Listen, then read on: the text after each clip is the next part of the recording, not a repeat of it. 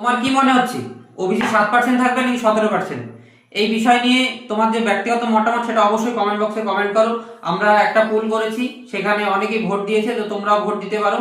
তবে আমাদের ব্যক্তিগত মনে হচ্ছে যে আগামী দিনে যে হিয়ারিংটা রয়েছে WBP 2024 কনস্টেবলের, সেখানে অবশ্যই যে 7% না 17% যেটা মনে হবে যে সাধুবাদ, সেটাকে আমরা স্বাগতম জানাবো। তবে আমাদের ব্যক্তিগত মতামত যে ওটা যেন 17% করা হয়। এছাড়াও যে সিভিকের যে ভলেন্টিয়ার্সের কেস রয়েছে সেগুলো যাতে সমস্ত কিছু মিটে যায়, এবং যে সমস্ত ছাত্ররা যে 21,000 চাকরি প্রার্থী যারা ইন্টারভিউ দিয়ে ফাইনাল মেরিটের জন্য অপেক্ষা করছে, তাদের যেন খুব তাড়াতাড়ি জয়েনিং এর ব্যবস্থা করা হয়। এই হচ্ছে বিষয়। আর তোমরা যারা কলকাতা পুলিশের জন্য ওয়েটিং করছো রেজাল্টের জন্য, খুব তাড়াতাড়ি তোমাদের রেজাল্ট আসতে চলেছে। যেহেতু আজকে জুন মাসের 1 তারিখ, আমরা জানি যে জুন মাস মানেই চাকরি প্রার্থী যারা রয়েছে তাদের জন্য ব্যাপক সুযোগের একটা মাস। আগামী 5 তারিখে রয়েছে মুখ্যমন্ত্রীর বৈঠক, এছাড়াও 8 তারিখে রয়েছে হিয়ারিং, 20 থেকে 22 তারিখের মধ্যে তোমাদের নতুন রিক্রুটমেন্টের নোটিফিকেশন। তো থ্যাংক ইউ ফর মাই